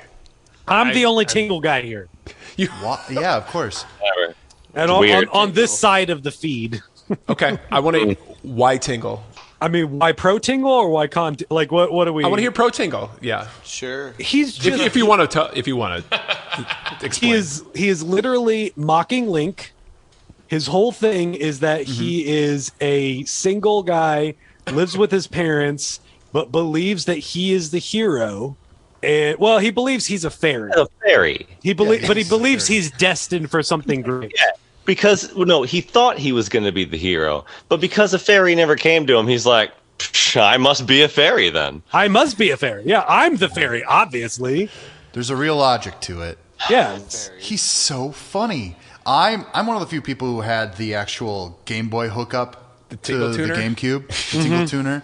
I use Tingle Tuner all the dang time. Okay, now who here has played freshly picked Tingle's Rosy Rupee Land for the Nintendo DS? Because he got his own game. That was the Oh, only it's Japan I did. fantastic. It's Really weird. good? It's okay. So it is very odd because Check it to see how doesn't many copies play are like sold. any other Zelda One. game, and you have to actually barter with a lot of people. It looks cool. Wait, okay. It's a cool game. I like that art design. I'm Did looking you at say it was like pictures now. Animal Crossing? No, Or- it's a Zelda game, except you don't actually fight anybody. You pay other people to fight for you, but you have to barter with them. And you never know actually what their cost is. So you actually have to throw out numbers, and you might pay them too much.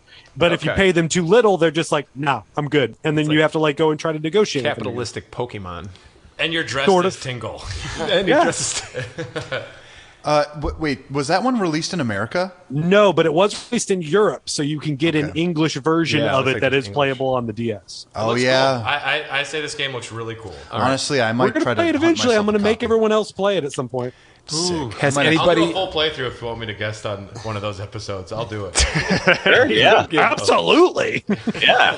I'll do it. I for need sure, more yeah. people on my side. No, Tingle I rules. can't make promises on the side situation, Ah. but I'll be there. I need to convince more people. Has anybody dressed like Tingle for Halloween or otherwise I might this year. on this podcast? I mean, it's pretty easy. I didn't think this You're not question wrong. would come up, and I'm not comfortable answering it right now. If It's okay. if we had, we're not telling you. For Halloween. Maybe in Brad's special closet. That's a Patreon level that hasn't been announced yet. Yeah. Yeah, Josh is. just to know that. Just a, that's The just best a character Google in all of Zelda. Wow, If yeah. you guys disagree, you're nuts. It's possibly You've heard true. it here. Tingle is the official actually, awesomest character in video games. All right. Jeremy, you In got a all buddy. of video games, yes. Okay, Gonna so save that I soundbite. just changed my mind right now. It's from apart- just Zelda to every game ever. apart from a multiplayer, what do you guys personally want to see in a Breath of the Wild 2? 2 motorcycles taped together. That's Like a car. F-150 or something? So an ATV. I can see Link riding a four-wheeler. That'd be pretty cool. I really want some Trial of the Sword roguelike, because I like the Trial of the Sword, but it's always set up the exact same, which is cool, but I really want to just be dropped Naked Link into that structure. And Always Naked Link, though. You're dropped Naked Link everywhere. But yeah, that's what I mean. It was really great. I didn't realize how great of training it would be for other things they would throw at you, like the one-hit obliterator or Trial of the Sword, where you just get dropped buckers into a world that you have no idea what it is. But yeah, I want that with just procedurally generated that would be interesting. That might be the next. That might be the next stage of it. I So actually they do. can get someone to make that. Maybe they don't want to make that. Someone else will totally make that for them. Honestly, I can see procedurally generated dungeons absolutely being a thing. Dungeon Not maker. in terms of what the puzzles will be set in standard, but maybe there are ways in which you can combine them together in order to create I mean, I don't know. I feel like they've got such a handle on that system, and I think they want this next game to be so much bigger than the one that came before without it actually physically, like, the world you're in being that much bigger. And I think that having, like, customizable shrines that you could send to your friend might actually be, like, the way to do that. They've been playing around with that idea with that Dompe mode in Link's Awakening that didn't really pan out too well. It sucks. Yeah. But real bad. you know, I see them trying to like continue to be like, well, we'll get it, we'll figure out whatever this is. What What I I want want- Zelda Royale. Take a bunch of links, put them on an island somewhere. I wouldn't hate it. MMOLPG or something? I don't know. Maybe. I'm not I don't know. opposed. What I want is I want a constant threat. I had said, I think I said it in the original first season, where I wish that there was a monster, because every time you get out of an area and you go back to the main area, you can see the castle, and the castle is always there.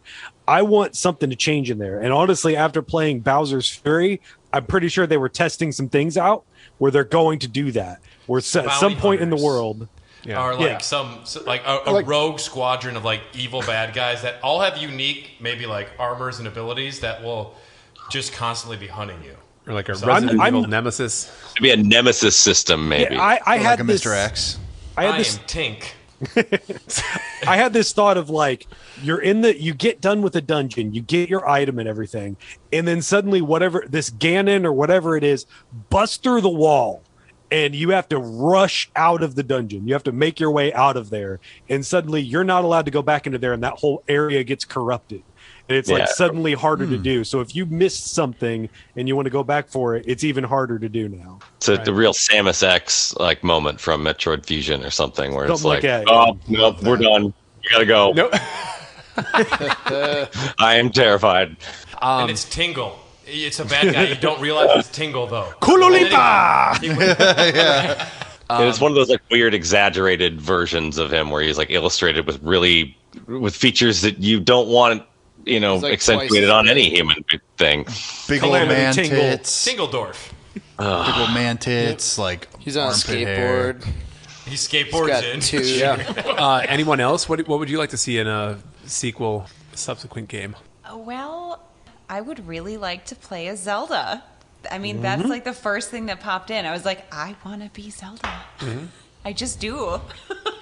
Yeah, hey, the hands are raising over You there. don't want a Mario meets Zelda and like, hey, let's hold hands and tandem this journey together. No. And then they have a love triangle with Sonic the Hedgehog. There's definitely gonna There's a lot of people that want that. to save the princess, Sonic There's a the lot of art about Hedgehog in that. another castle. So you want the MCU of Nintendo games.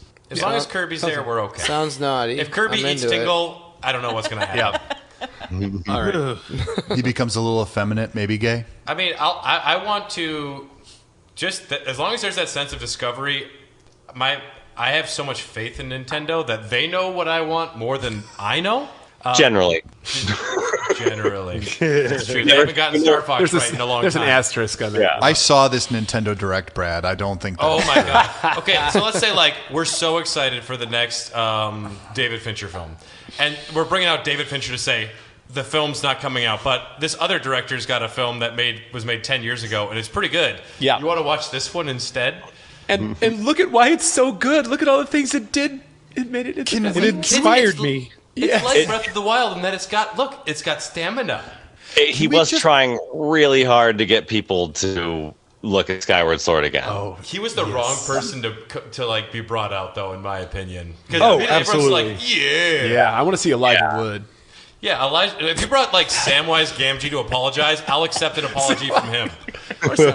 I just have to say that dragging out Onuma to be like, I know you wanted this game. Maybe but that's like if it's not done by now, you have to come out and apologize and say we have Skyward Sword. oh man, he's like, but we hope people like this one, which was loved at the time, but is even now like, hated. He's even like, please, please, please, just try it. He's just like, because for a lot of people, it's one of the things, right? Breath of the Wild is their first Legend of Zelda experience. So, like, they're like, they literally had to say, please please be patient with this new game. It doesn't quite play like the game you really love. So we're hoping that you like it. Hoping. And we changed some controls to make it even more fucked up. It's cool, man. And then I've seen so many reaction videos of people being like, they could have just had fucking analog stick controls. You know, when I saw that the announcement, when I saw the bird, granted, I'm not like a huge Zelda person. My first thought was it's a Wind Waker thing. When I saw the bird, I didn't realize it was going to be Skyward Sword, and I was excited because Wind Waker is something that I played back in the day, and I haven't revisited since then. And I would be very excited to have some new iteration of Wind Waker. But yeah, I mean, and revisit Wind Waker and tell me how you feel about it. Revisit it and tell me how you feel. Know that it is an unfinished game. That is that. Yeah, it is an unfinished. There were supposed to be 2 more dungeons, right? This is what I know. Something like that. More time. It's They did get cut short. More than just there should have been some more dungeons here. But yeah. But look at it, feel it, baby. As an artistic expression of Legend of Zelda. Well, at least cel-shaded graphics age well. Beautiful game. That is true. Yeah. And it does have, like I said, some of the best, most clear motivations for a Link ever. And I love all of those characters, and I love that story, and I love Tetra. And I love sailing. I think this is it. I like sailing fiction, so it feels so good in that game to sail around. It's great. Going through the coins. Yeah, I love that. I was just going to say, one of the things to keep in mind about, a lot of people complain about Skyward Sword. I really like Skyward Sword because of its world building and its characters. I also like some of the things that it does. There's a lot of issues with it, but also the thing to keep in mind, this game's going to sell 5 million copies.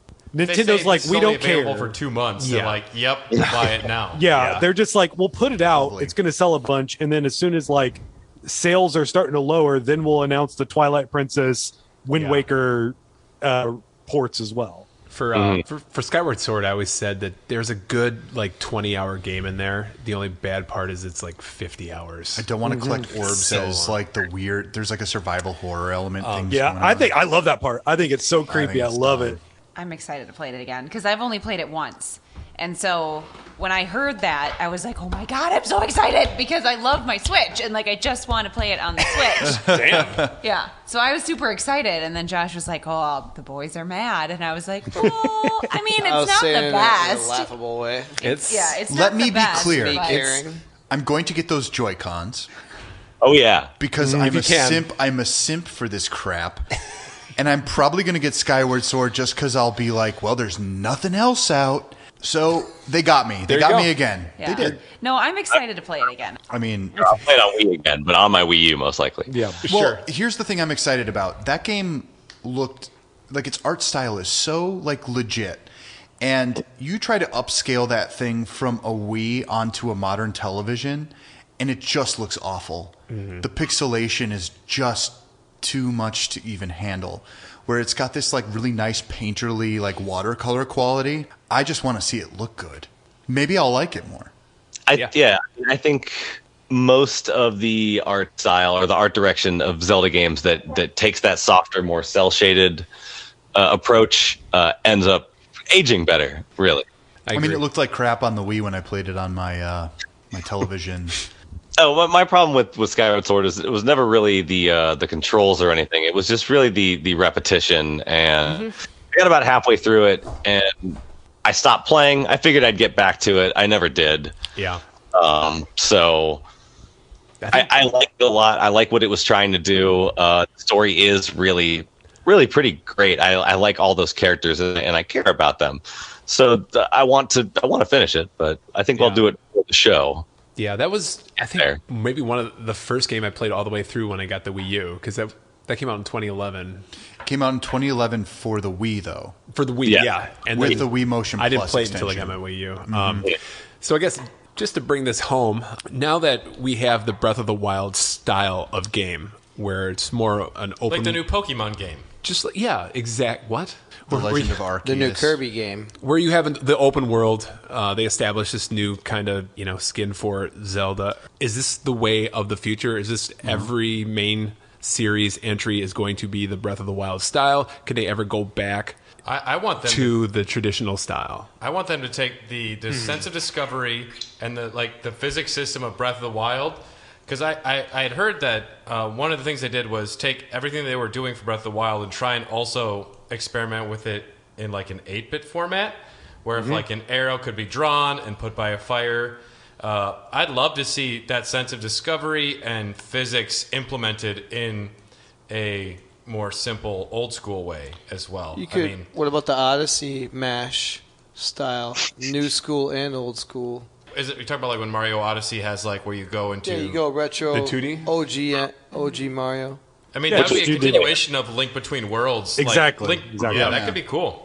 That'd be all right. That would be sweet, yeah. Just because it is the wave of the future of Zelda, from my small opinion, there's still room for other Zeldas as well. A couple. Oh, for sure. Yep. Games are constantly changing. Yeah. And I think there'll always be, side, we had Link's Awakening, the remake, and I think there's always going to be room for games like that. But I mean, if Assassin's Creed can kind of change a little bit by bit, then Nintendo's once going in to the take. past 20 years. I know, and they're gonna like Yeah. Nintendo is. They don't want to make the same game over again unless it's a 2D Mario, but but otherwise, for the most part, they're trying new things with each of their games, and they try to make that their philosophy in game design. So I think I don't know, sky's the limit, I guess.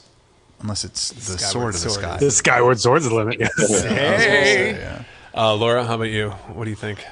Do I think that this is the way of the future? Is this the way? I think that it might be, but I don't think that it necessarily should be. Okay. Yeah. I guess because I don't know, I love Zelda, in general, but never heard of it. Wait, what were we talking about? Who's she? Right? I like Zelda. Where'd I come from? Green guy.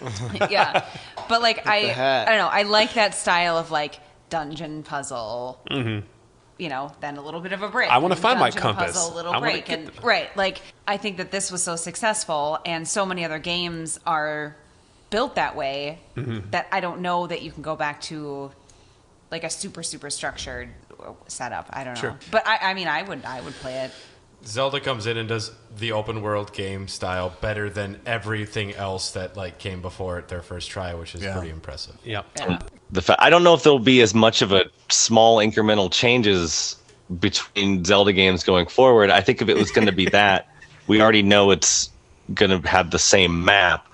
And if it was going to be something small and still cool, it would have come out by now. We're pushing 4 years and we still haven't even heard of a potential release for it. So they must be doing something to it. And it better not be the same map. I mean, they said that that was the vision to begin with, but who knows? It'll be based on it. Yeah, I think so too. Yeah. I think Link they've goes got back a whole... into the sleeping puddle for 10,000 years. I think you gotta think. Now there's skyscrapers there. Yes. You gotta learn to There's drive. a concept. Oh, Link in a city. Tingle rules the world. not Tingle's in city. the White House. Tingleopolis. Yeah. Now you got to think about the development cycle of these things as well, because I have the distinct feeling that a lot of what we got in the end was made within a year to 2 years of its release. A lot of it had to have been because of the shifting cycle and going from Wii U to the Switch. But then you think about Skyward Sword. By all accounts, that game was made in 1 year. This comes from Nintendo internal. This game, it took a bunch of its own. Here's the uncle again. I can't. But they didn't even know what it was going to be about, even when they announced it in 2018, 2019. They just knew it was exactly with Fee. And I do have to think though that if they're taking this long with it, it's not using the same thing. This has to be a new location. They're adding waggle functions. Maybe. We also had a pandemic, so that... I don't think... But still, that's... It's still the longest developed Zelda game, even with that in mind in terms of being announced, following it up, sort of thing. Yeah. I think we're going to see a lot of underground stuff because that's definitely what we saw in the trailer. And I think we're going to find you're not going to really be spending a lot of time in that old map. I think there's going to be parts of it there, but you're going to be probably underground, because that was sort of the what do they call it? Like the set piece or whatever for the trailer. Like they wanted to give you a theme, a feeling, and everything was underground with that. So that's what I think. Like I don't think we're going to be. You're not going to look at that map and being like, oh, I already did everything here. You're gonna, when you finally see a bits of that map, you're going to be like, I remember that. Oh, this is great. Mm-hmm. Yeah. You think there's like a hollow earth underneath Hyrule? I think that's actually a really cool idea. Yeah, I mean, under Hyrule and under our Earth, sure. Yeah, where the dinosaurs live still. Yes, I have faith in Nintendo to be able to pull it off. All right, final question of the night to our guests, Chat of the Wild guys. I want to know, where does Breath of the Wild fit into your ranking of Zelda games? Yeah, I think for Brian and I, it's easy. It's at the very top. Oh, yeah, it's top. Like, that's the best. Is this not the best game you've ever played? Like, no? It's my favorite game, period. My favorite game of all time. They did I have a a podcast. Mario wedding ring. Yeah. And, wow. Yeah. Very cool. No, this is my favorite game of all time. Like, nice. Go away, Mario Odyssey. You're a beautiful and amazing 10 out of 10 game. Now get out of here. I'm already married, Mario. Get away from me. Hey, BC, how about you? Ryuji or I'll Breath say of the Wild? two, but it's mostly because I'm too loyal to Majora's Mask. Oh, nice. I can appreciate that. I just never got into it. Still my favorite. What is it about Majora's Mask? It's just like so creepy, and like I love the time mechanic and the looping, and just like I think also the Fierce Deity Mask, like getting the Fierce Deity Mask for the first time and fighting the final boss with it, and it's like, oh, Link has like superpowers for a change. That's a great memory, and so Majora's Mask, probably just for nostalgia and like emotional connection, is probably always going to be my favorite. That's awesome. That's a good one. I just flashed my Fierce Deity tattoo for the listeners. I understand why they like Majora's Mask, and I support them for that. And I'm just, Ocarina of Time was too huge of a thing in my life. So much so that I didn't even really play Majora's Mask because I was still playing Ocarina of Time like 2 years later. So yeah. Awesome. Laura. What about Jeremy? Did you say? Oh, it's at the top for me. Like, I mean, I literally have a list of my rankings, and it's like, because that's what I always try to push everyone else on the show. I keep it in my wallet at the end of the season to be like, all right, where does this sit? And everyone's like, I don't know, and I'm like, come on, we got to rank it. That's what people want. It's good to be prepared. Laura, how about you? Yeah, I think it probably should be my number one, but honestly, I think for like those nostalgia reasons, Twilight Princess is my number one, because I have so many good memories with that game, and it just like I love it so much. But Breath of the Wild, like I played it 4 times. I played and beaten Breath of the Wild 4 times. And still that's a lot of hours. Damn. It's a lot of hours in that game. And I still Twilight Princess just nudges it out just by a squeak because of the nostalgia. If it doesn't have ukus, she doesn't want a part of it. Those are so creepy. Right. If I can't herd sheep. Josh, how many Zelda games have you beaten? None, but I spent some hours, and I haven't actually played any since Link to the Past, and I still have my Link to the Past SNES box and all that. You do, yeah. I played the shit out of that over and over, but the original is my favorite. Regardless of that, it doesn't matter. I do have a question for you guys. If the Switch didn't happen yet, say 3 years out down the road from when it did, do you think Breath of the Wild was enough to give the Wii U a second charge, like a resurgence in life? I think it could have gotten it to start breathing again. It was still a system that was doomed, but if it... That was Nintendo's fault. Mario Kart 8 the could have done that, and it still didn't do it. No, but Breath of the Wild, Mario Kart's great, but it's still just Mario Kart. Breath of the Wild is not for everyone who would be buying Mario Kart outsells Zelda every single generation. Yeah, yes, I think it'd be hard to deny though that Breath of the Wild is a very special new experience compared to like a new Mario Kart where you go upside down. Like. There you go. And yet everyone would still think, well, it says it's on the Wii. Why can't I play it on my Wii? Mm-hmm. I just want to play Smash Bros. Terrible job job The just Wii-U? branding that thing, and it sucks, but they did. It's not just Zelda. The Wii U did not have a mainline Pokemon. The Wii U did not have a mainline Mario. Like 3D World does not count. 3D World is sort of an offshoot thing. It did not have its big Mario game. But there were things that the Wii U was lacking that Zelda would have given it a little bit of a boost. But Nintendo knew a few years before that the Wii U was going to be sunset because they didn't put out any new versions of the Wii U like they love to do with their hardware. Sure. They see these things and they do what they can with it. That when they saw the arc going down for the Wii U a long time before we started to notice, they're not really putting any games on there. They were just like, this isn't going to work. Let's rethink things. Let's reschedule everything around. So even if they tried to make it go a few more years, if the Switch needed a couple more years and we just got it on there, it would have been like, oh man, this is a reason to get a Wii U, but that's the only reason. Yeah, I agree with that. Poor Wii Pikmin U. 3 until just recently. We still love the Wii U. I mean, I love it's Pikmin. just sad. Yeah. But we do have a executive producer, Kate Conti, in the house, who's also a Zelda fan. And you played some. I've beaten 3 games. 3 Zelda games? Oh, yes. Let's go to Josh, and he's on the podcast regularly. Yeah, what's your favorite Zelda game? Yeah, Josh. Jorm. I'd have to say all the ones I've beaten, which has been 3. Okay. Yeah, that's a hot take. This is all a right. pretty controversial take here. This is she's an executive producer, so we have to let her talk. Sorry. It's her Triforce of Zelda games, if you will. The best 3 Zelda games. Would you say they're she the best doesn't have 3? headphones on, so she can't even hear you. That's the confusing part. Yeah. Which ones did you play? Just don't talk shit about my Game Boy system. She played A Link to the Something. No, you played Link's Awakening. Link's Awakening, Oracle of Ages, and Oracle of Seasons. Wonderful. What? Yeah. Those Capcom ones are really slick. I wish heard they it would, here, people. I wish they would let Capcom make more. Thank you, executive producer. Thank you. And thank you all for listening. Chat of the Wild, BC, Brian, Jeremy, thank you so much for coming on. This has been a thrill, a pleasure. Hopefully we can do it again. Thank you. Absolutely. We could just drink beer and just talk about Tingle. Whatever you want to do. When's the Tingle episode? Honestly, I want to be on that one because I want to.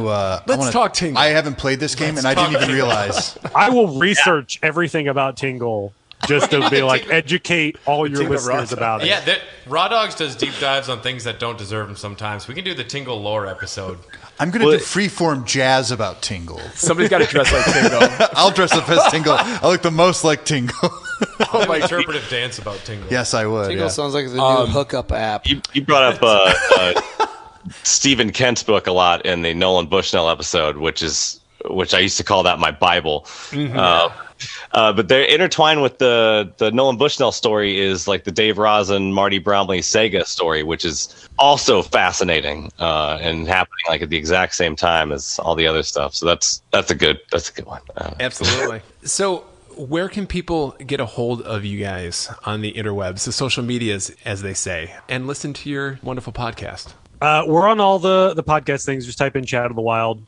You can go on Twitter at Chat of the Wild. That's where we'll have updates for every episode going on. We have Instagram. You can go on there, search Chat of the Wild. I do updates on there. We also have a Patreon, patreon.com/Chat of the Wild. We were very fortunate that we were able to just get all the names on there. We didn't have to do Chat of the Wild 1 or like chat_ofs_wild, all that stuff. Yep. So just look up Chat of the Wild. You'll find us on there. We started a Patreon at the beginning of the year. It's just $1 or more gets you into our Discord. We also have some exclusive things. We're going to be doing a review of the animated series. So, yeah, baby. Oh, I love that. Excuse you, That's princess. every Friday, baby. Every Friday. Yeah. And that'll be early exclusive for patrons. Eventually, we'll send it out to everyone else. But we've got some bonus stuff on there that if you check it out at patreon.com/Chat of the Wild. Excellent. Can people follow you individually at all, or you a group deal? Yeah, I'm at Luigi's apartment or Luigi's _apartment on Twitch. I don't want to say you kind of look like Luigi, but that's where I got 2 different colleges got nicknamed Luigi. None of it was my doing. So a green background right now. You're kind of associated with him. yeah, well, I don't know how to change it to where it's just a picture of the Triforce or something. So It's green Picture of Luigi. This is more authentic, for sure. Luigi's apartment. BC, how about you? I'm the lame one. I don't even have a Twitter, so I mean, Good for you. Yeah, you just have to find me outside somewhere. Hunt me down. Appreciate that though. Somewhere in Indiana. When we say where you can find Dylan, it's just like every local bar in the Milwaukee area. I mean, I do have an Instagram now. You do now. But it's not even about me, really. It's about the stuff I create. The demons. But right. share that.